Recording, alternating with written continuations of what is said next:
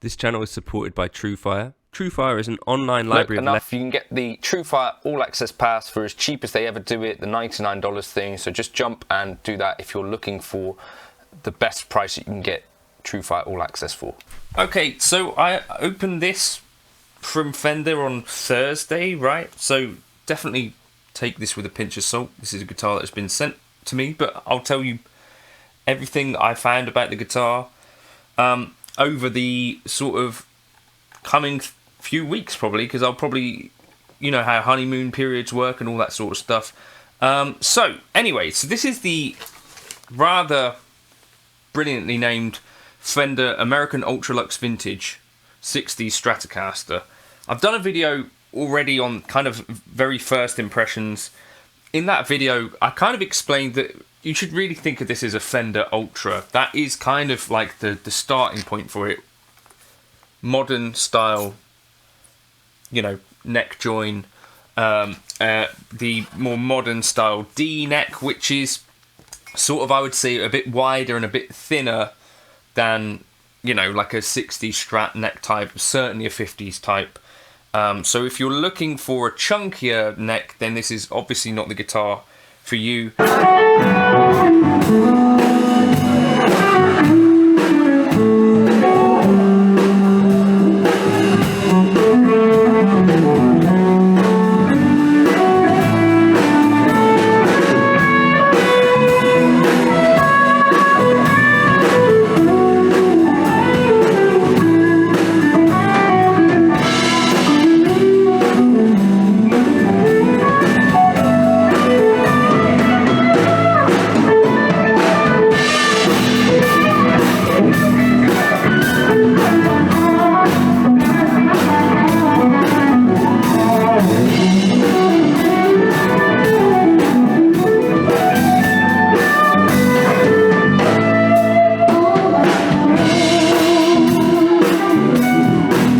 The things that make it luxe are things like locking tuners and the stainless steel frets, which I have to say again, they've done a really neat, tidy job of, and they feel great under the fingers, so you do get the benefit of those stainless steel frets, versus if these are not well polished out of the factory, you just get like a stiff feel, which, you know, is just not really much use for anyone.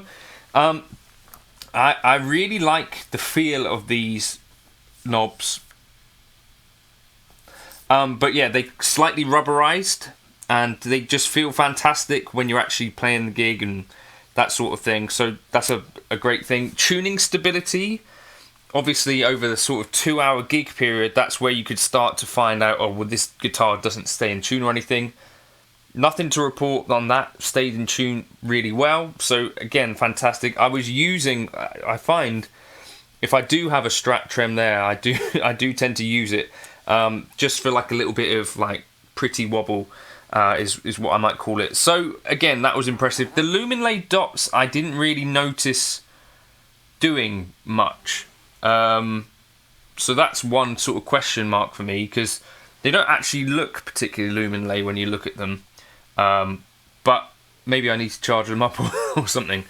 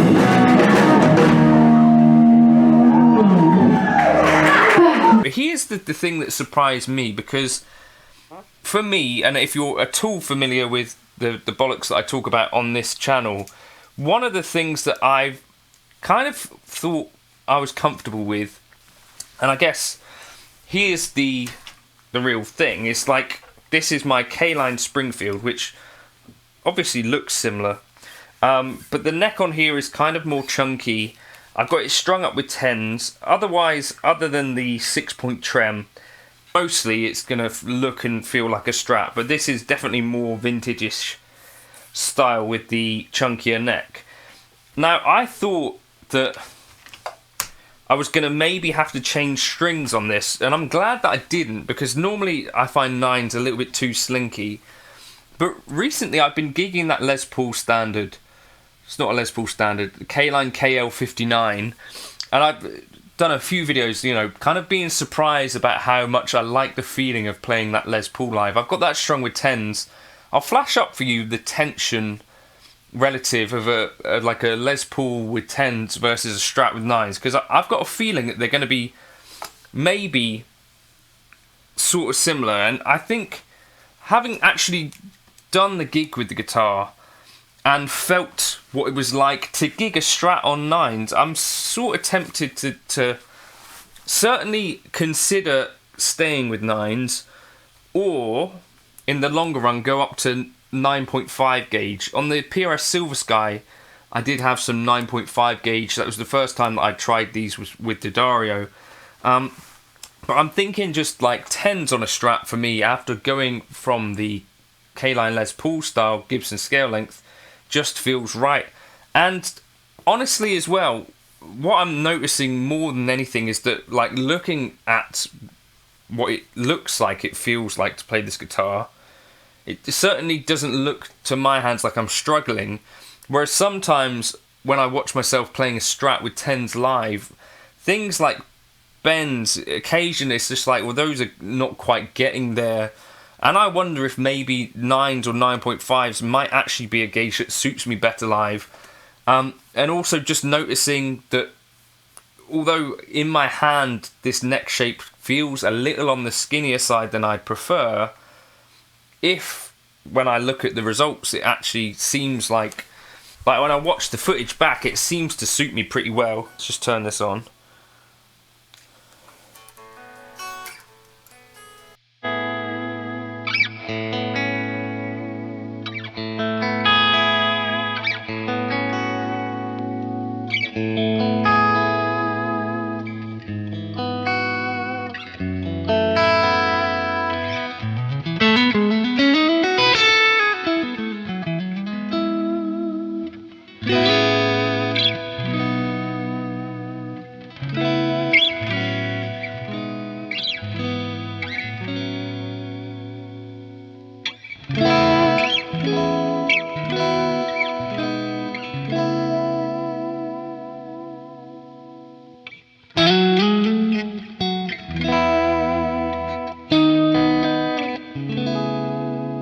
And also, I just love the sound of the pickups in here.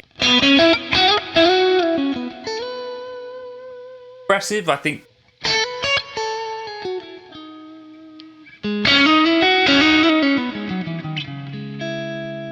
I don't think anyone makes a guitar that sounds more like a Fender than Fender, even their modern guitars.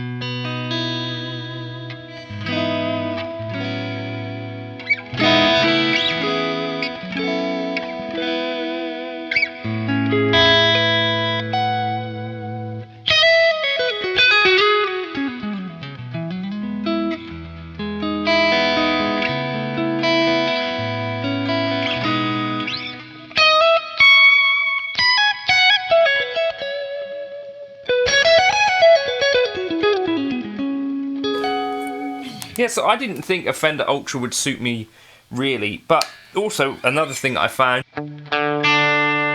this bridge, using that S1 switch,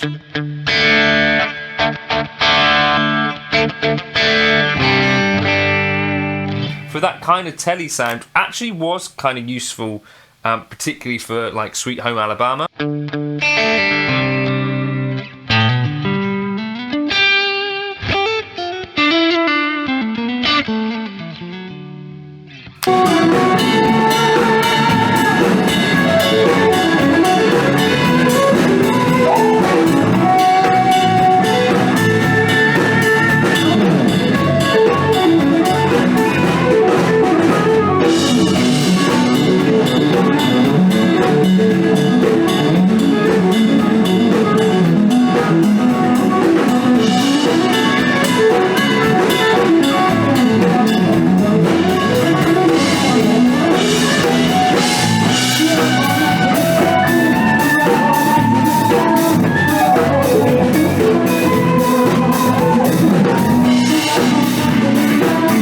yes, I was skeptical about it, and yeah, I can see why LeonTodd was really enjoying touring this guitar. If you see, he went did the Edinburgh Fringe. He'd been using this for the whole time.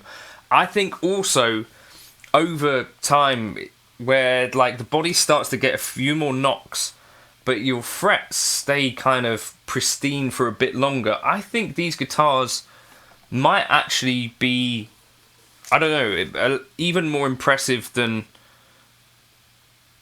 I expected.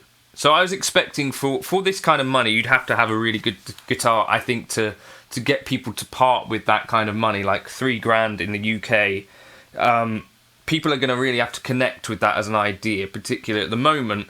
But I also think there's going to be people that are looking for this kind of guitar, like on the used market. And I would encourage you to maybe, if you get a chance to try one, kind of try one. And then, you know, if you find that you like the style and stuff like that, then I think there is going to be a point where these come up on the used market, and they might be a really good bet for folks that are like, you know, I want that gigging workhorse kind of Strat. I do really like the aesthetic of it. I think it looks pretty brilliant. I think the sticker can probably come off at this point, and you know, would definitely gig it again. There are a few sort of tooling marks on it, that because of the way that the lighting was, I started to see some of it. But it's definitely real nitro, and I think, yeah, I'm impressed with it. Anyway, so at some point in the future, I might do a video kind of comparing this to a PRS Silver Sky, because I think they're actually like a similar price, but not a terribly similar guitar. And you know, maybe at some point compare it to my beloved blue K-Line, but actually very impressed with it, and it felt super comfortable to play, and it's given me some more questions to ask around, you know, should I be trying to gig a Strat with 10 gauge strings on it, or is 9.5 the way to go? Anyway, catch you in another video soon. Hope you're having a good weekend, and if you've played one of the new Ultra Luxe vintage guitars, let folks know in the comments how you found it, or a Fender Ultra in general. I never really expected to like a Fender Ultra. I thought it's just too modern for me, but having got it onto the stage, you know, in that scenario, I think it actually suits me quite well, surprisingly.